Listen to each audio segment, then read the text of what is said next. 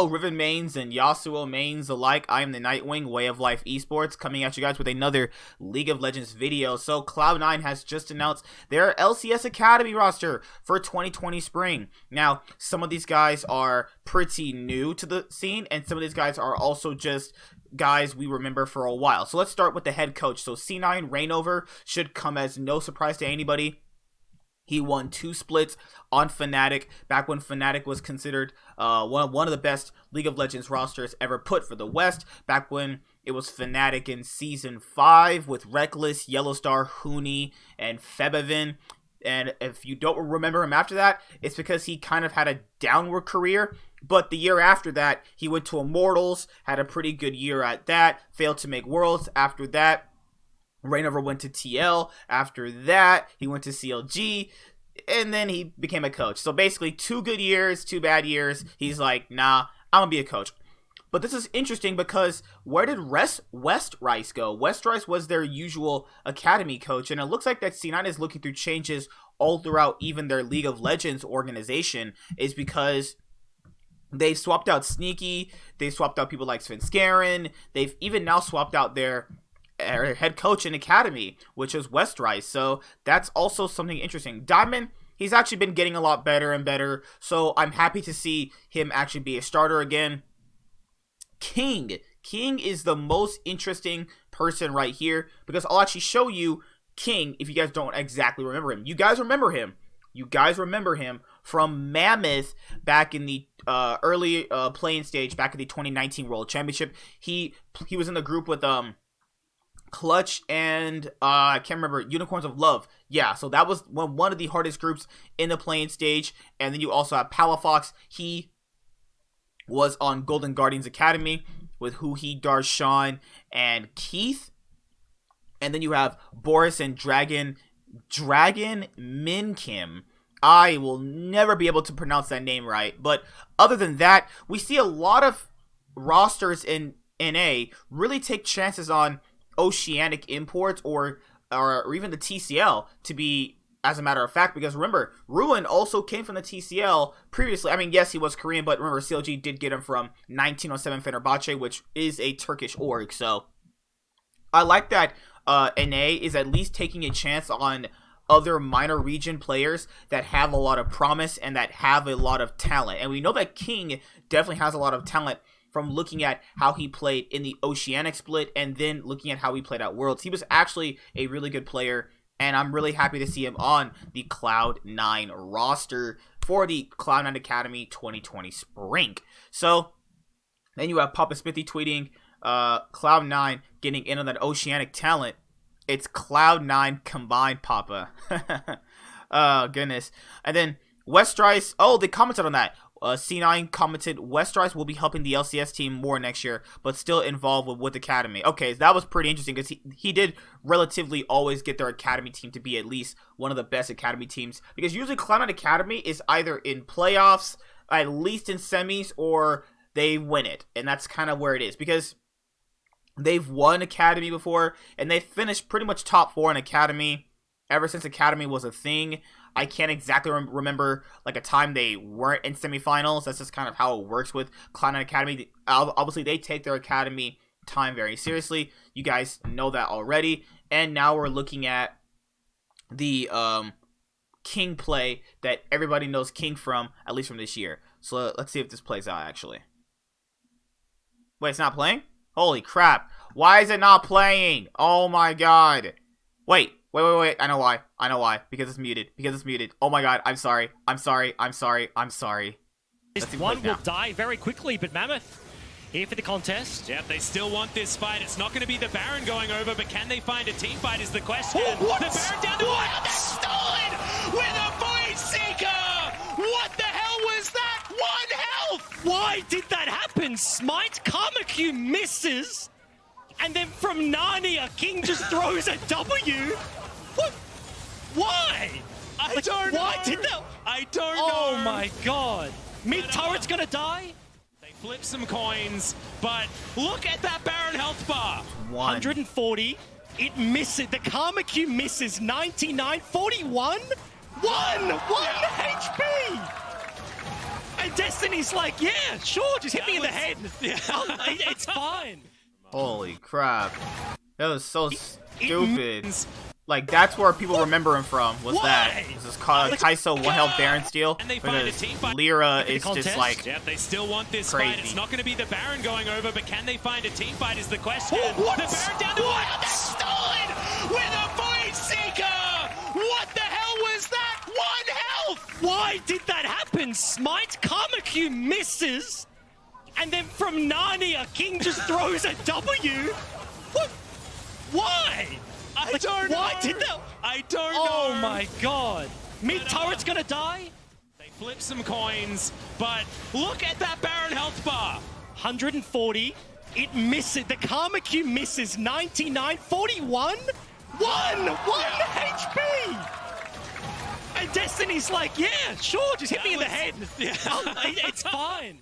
holy crap. I also hope that Triple one day gets imported into an Academy roster for at least North America. He's actually pretty decent as well. But there is some Oceanic talent. I've been watching their scene for a long time, and there is definitely good players there.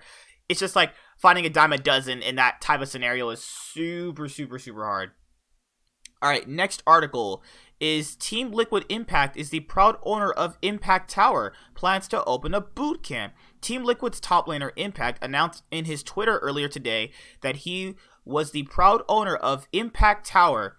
The South Korean player earns one of the highest salaries in the LCS, around $1 million per year, and has now invested in a whole building, attaching his player tag Impact to the front door. That's my boy. That's our old top laner. Good job, dude. I love when stories like this happen. You know, there's always, you know, younger guys spending all this money that they get, and I love when this happens for players who do this, because this is just building up their future, and this helps out the scene. And he realizes the scene where he came from, and then he wants to now build it in North America, as North America has inevitably got him where he needed to go in terms of, well, at least money-wise, but, you know, being on SKT and winning a world championship obviously has its merits, I will not lie to you. And now, let's talk about what was also said. The player mentioned on social media that he saved money to acquire the building for about 7 years. Sources say the building is about 5 stories high and his family will be residing in it. With the first 2 stories available for rent, it is not known if there are in fact concrete plans of boot camping in the building. However, the player has worked on a setup, saying he would let teams use it for a small charge. Impact mentioned on Twitter he looks forward to helping players boot camp in Korea. Oh my god. And he talks, I can't speak like Impact. I saved money from 2012 until 2019. I'm proud of myself, and I already set up to boot camp. I'm really looking forward to this. Did I get that right? I think I did his voice right. But yes, I'm really, really proud of him. And I'm really glad he actually took the step to making his future and league better. Congrats to you, my brother, my Korean top laner, ex-top laner brother, our lovely C9 tank player, who is now in TL winning titles. I'm so proud of him. All right, Riot Games to pay at least $10 million to settle gender lawsuit discrimination. League of Legends developer Riot Games has agreed to pay at least $10 million to former women employees as settlement in a lawsuit regarding gender discrimination, the Los Angeles Times reported today. I actually got that notification on my phone when it actually came up. The settlement has been agreed upon by the plaintiffs and the defendant, but it is still needs to be approved by the court. The lawsuit began when 2 women, one of which still worked at Riot, filed a class action suit in November 2018, alleging women at Riot are denied equal pay and have their careers stifled because they are women.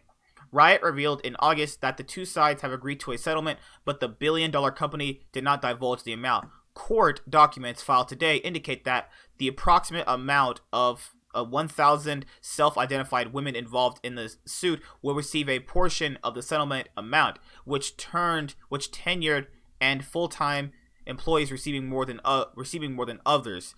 When it announced the settlement in August, Riot said that it believed it had a strong position to litigate,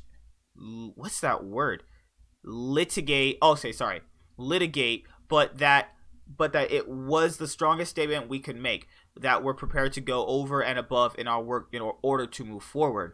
In May, Riot employees staged a company-wide walkout after the company forced one of the lawsuits into neutral arbitration. Riot said it supported the walkout, but that it would maintain its policies regarding active lawsuits. So Riot is going to give out $10 million because of a gender discrimination lawsuit.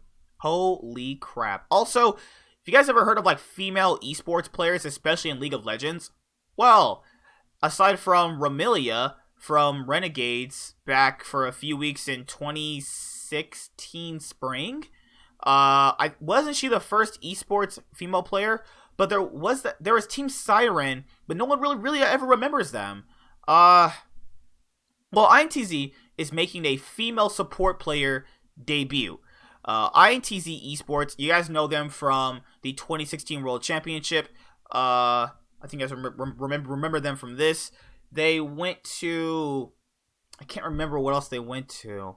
Did they go to MSI? They went to MSI 2019, if I'm not mistaken. But let's actually see where most people are going to remember them from. INTZ versus EDG. So this is kind of where most people remember them from. Locked in as the LPL teams go for these deep vision that they don't necessarily set up correctly for. Just trying to remember Won a this. season, even though Mouse isn't considered a carry, and it's a favorable. Bar is starting to wear down. Inhibitor drops without a fight. Take Roughly 10,000 gold, they're still going to have the advantage. Oh, But if man, gets watching to this back in the day 9,000 was to lit. 8,000, that's when it's not going to matter anymore, and EDG will effectively Get be caught a up. bitch. Look at this. Oh, flash forward. Yeah! Just so easy. Player of the game right now, Yang, sets up by Revolta, but he's carrying it home. There, he's trying to keep the minion wave at bay, but they do not have vision. EDG is out of sorts. Death Captain done. for most Oh, of the game. Ash Arrow finds They him! got him! Deft is down! Revolta's looking for more! Doesn't use the Dragon Blade! Does this time round! Def gets caught! Unleashed power onto Mako! INTZ!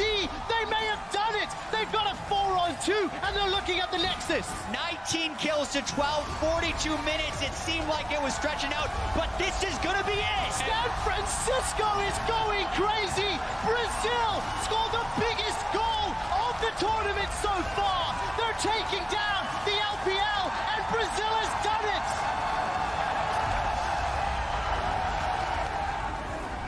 Their first game in the groups, and I'm willing to say this is a bigger upset. Yeah, I'm pretty sure most people remember INTZ. Needless to say. The Superliga ABCDE 2019 happened this weekend in Brazil. The series runs an off-season league model organized by the Brazilian esports club organization ABCDE. Features 12 associate teams that play through a best-of-3 format with double elimination brackets. The top 4 teams participate in round 2 with a grand final meeting of best-of-5 format. Known for showcasing rookie talent, the league opens doors to many players to make it into the competitive scene. Uppercut Esports defeated the previous champion INTZ Esports. Mayumi said in a post-match statement, she said, "I would like to thank all of you for the support I received today, but unfortunately, I have not reached the desired results. My first time competing in a high-level league could not have been any more special, and I am very grateful for all of you. Thank you for everything. I hope to see you next year." And then after that, they announced she's going to be on the roster. So that's going to be super interesting. So INTZ having a female esports player. So could we eventually start seeing this in the future? I don't know. It really depends on the region, honestly, because let's look at North America. How many females are actually like Challenger? It's probably not a lot, because Challenger, at least in North America's terms, is like what, top 5% in the entire, United States of America. I just don't see a lot of that happening, at least here. Maybe Europe. Europe is where I could see it. Oh yeah, especially Europe, China, and Asia is where I definitely see it happening, because that's where you're probably going to get where that's going to be a lot more workable, because I don't think North American standards will inevitably feature a lot of women playing on the LCS stage. I know that might seem kind of mean to say, but that's just how it works usually, It's just a, esport that's predominantly dominated by the males, and that's just how it works. But I could see it in Europe, Asia, and Korea, because their kind of culture invites into that. here in America, it's kind of like if a girl plays video games, she's kind of like weird because like girls are kind of like brought up to be like princesses, and you know they're supposed to be like, you know, all sweet and oh yeah, playing video games is for nerds, and then that kind of has to, you know, always be a stigma. But I'm glad they let this happen because this is a good thing for esports. So I'll see you guys later. Like, comment, subscribe. Most of all, enjoy. I'm the Nightwing, and Way of Life Esports is signing out. Hi there, guys. Be sure to like and subscribe to the channel for more stuff. Yeah, thank you.